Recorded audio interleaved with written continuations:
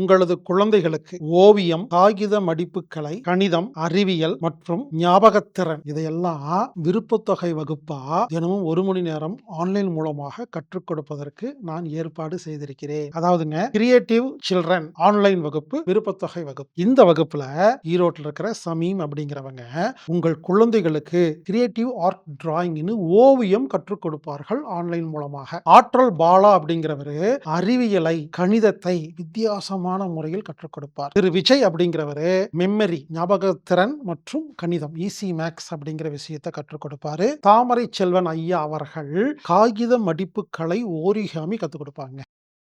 இந்த வகுப்பு மே 18ஆம் தேதி முதல் ஜூன் 12ஆம் தேதி வரை ஆன்லைன் மூலமாக நடைபெறுகிறது.